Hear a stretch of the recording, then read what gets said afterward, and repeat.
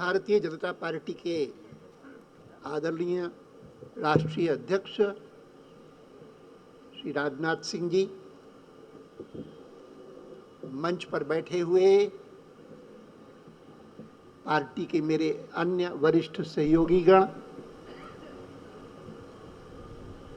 और आज के इस महत्वपूर्ण कार्यक्रम में उपस्थित पार्टी के कार्यकर्ता बहनों और भाइयों,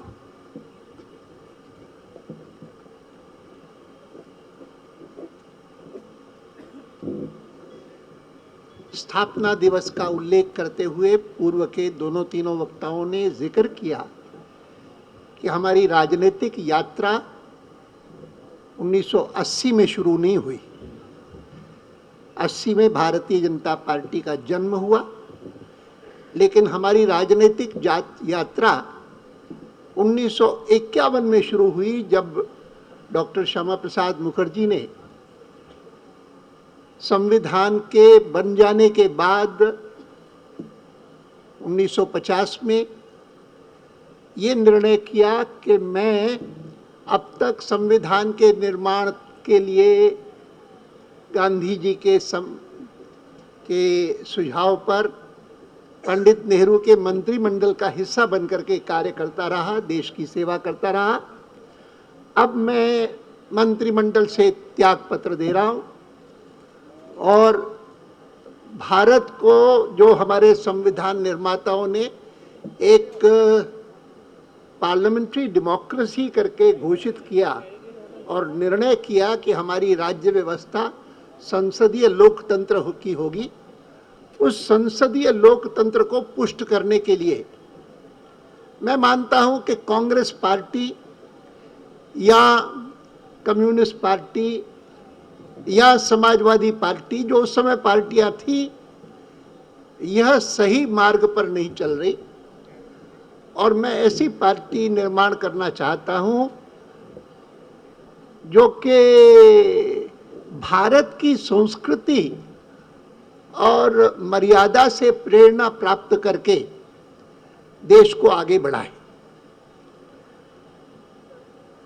डॉक्टर मुखर्जी ने जब ये बात कही, तब उनका राष्ट्रीय स्वयंसेवक संघ के भी कुछ लोगों से संपर्क था, जो उनको प्रेरित करते रहते थे कि आप इस समय हिंदू महासभा में हैं, लेकिन अगर हिंदू महासभा से मुक्त होकर के और ऐसी पार्टी बनाएं कि जिसमें केवल हिंदुओं के लिए स्थान न हो, सबके लिए स्थान हो, और फिर आप संसदीय लोकतंत्र को आगे बढ़ाएं। कांग्रेस की जो दोषपूर्ण नीतियां हैं कश्मीर के संदर्भ में, पूर्वी बंगाल के संदर्भ में, और जिसके कारण बहुत सारी समस्याएं पैदा हो रही हैं, उनसे मुकाबला तब होगा जब भारत की कोई पार्टी यहाँ की संस्कृति और यहाँ की धरती से प्रेरणा प्राप्त करके उनके लिए संघर्ष करेगी। आज के इस अवसर पर मैं आपको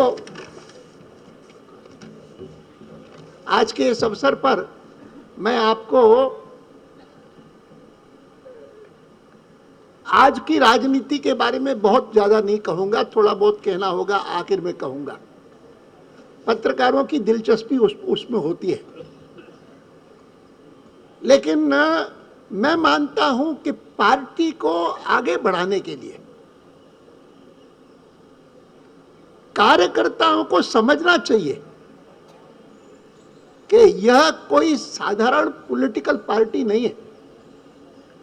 मैं मानता हूं कि भारतीय जनसंघ हो, जो कि 1951 में जिसका जन्म हुआ, या भारतीय जनता पार्टी हो, जिसकी स्थापना दिवस को आज हम यहां पर मना रहे हैं, यह दोनों ही दल केवल मात्र राजनीतिक दल नहीं है,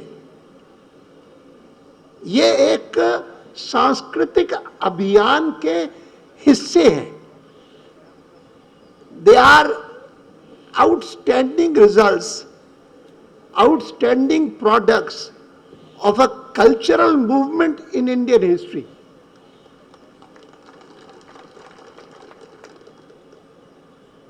मैं तुलना करता हूं कभी कभी भारतीय जनता पार्टी की या भारतीय जनसंघ की 19वीं शताब्दी के दो सांस्कृतिक अभियानों से।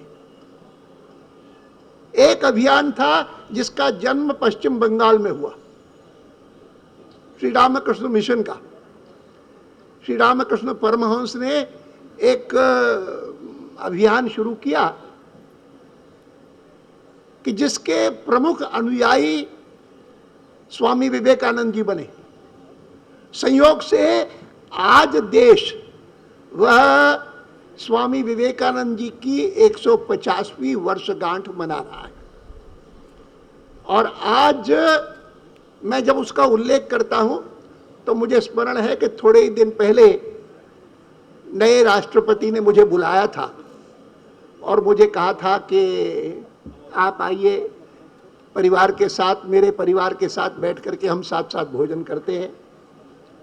और मैं गया था और उस समय मैंने उन्हें कहा कि यह स्वामी विवेकानंद जी की 150वीं वर्षगांठ है। कितना अच्छा होगा कि आप देश के राष्ट्रपति के नाते इसको स्मरण करें कि विश्व भर में अगर भारत का नाम सबसे पहले किसी ने ऊंचा किया और सारे दुनिया में लोग प्रशंसा करने लगे कि यह सन्यासी, यह तो कमाल है कि जो पहले तो लोग संकोच करते थे कि उनको कोई वहां पर आने भी देगा कि नहीं आने देगा, लेकिन आने के बाद उन्होंने ऐसी धाक जमाई भारत की, भारत के तत्व ज्ञान की, भारत के आध्यात्म की, कि वहां पर बहुत सारे ईसाई पादरी कहने लगे कि हम भारत में इतने पादरी भेजते हैं कन्वर्शन के लिए कि उनको जाकर के ईसा मसीह का ज्ञान दो और उनको जाकर के सही मार्ग पर लाओ। लेकिन जिस देश का आध्यात्म इतना महान है, जैसा विवेकानंद जी से सुनकर के हमको लगा, वहां पर हम क्यों भेजते? भेजने की कोई जरूरत नहीं है मिशनरीज को। ये टिप्पणियां बहुत सारे ईसाई पादरियों ने की। तो मैंने राष्ट्रपति जी को कहा, मैंने कहा कितना अच्छा हो कि वो शिकागो में जिन्होंने ऐसी धाक जमाई भारत की, उसका स्मरण करते हुए आप राष्ट्रपति ओबामा को कहें कि कितना अच्छा होगा कि इस 150वीं वर्षगांठ पर अगर भारत और अमेरिका मिलकर के कोई उत्सव शिकागो में आयोजित करें।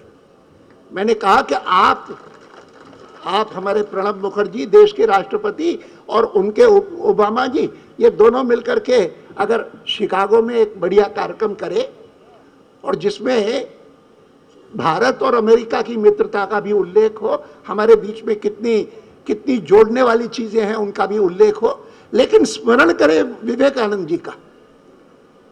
मैंने कहा बहुत अच्छा होगा, बढ़िया होगा। उन्होंने कहा विचार आपका अच्छा है, मैं परसों करूंगा। मैं इस बात का उल्लेख इसलिए करता हूं कि हमको समझना चाहिए कि विवेकानंद जी केवल मात्र हिंदू धर्म के बारे में, वेदांत के बारे में, सब रास्ते भगवान की ओर ले जाते हैं। इसीलिए धार्मिक मतभेद होने के बावजूद भी भारत में एकता है, ये सब कहने वाले वह केवल आध्यात्मिक नेता नहीं थे। मैं अनेक बार इसका भी उल्लेख करता हूं कि वो एक बार 1897 में यूरोप और अमेरिका की यात्रा करके भारत लौटे थे। उन दिनों में कोई हवाई जहाज से जाता आता नहीं था, हवाई जहाज थे ही नहीं। 19वीं शताब्दी में हवाई जहाज नहीं थे। पहला हवाई जहाज राइट ब्रदर्स का बना तो 20वीं शताब्दी के आरंभिक वर्षों में, 1903 में बना होगा, 2 में बना होगा। और स्टीमर से जाते आते थे, और स्टीमर से उस बार अमेरिका और यूरोप की यात्रा करके जब लौटे तो मद्रास में आकर के रुके, और मद्रास में उनके लिए बड़ा स्वागत समारोह था। एक ऑडिटोरियम में उनका आयोजन किया गया। मद्रास के लोग, बहुत सारे लोग आए थे, खचाखच भरे उस कार्यक्रम में सुनने के लिए कि ये महान आध्यात्मिक नेता भारत के, वह हमको वेदांत का क्या पाठ पढ़ाता है। वो वेदांत का सरमन सुनने के लिए आए थे, लेकिन उनको राष्ट्रभक्ति का सरमन सुनना पड़ा। उन्होंने कहा कि आप जितने लोग यहाँ पर आए हैं वो किसी न किसी देवी की पूजा करते होंगे। मैं आपको एक प्रमुख संदेश देने के लिए आज यहाँ पर आया हूँ। 1897 में उन्होंने कहा कि मैं आपको कहने आया हूँ कि आप किसी भी देवी की पूजा करते हो, आने वाले 50 सालों के लिए उस देवी को सोने दें।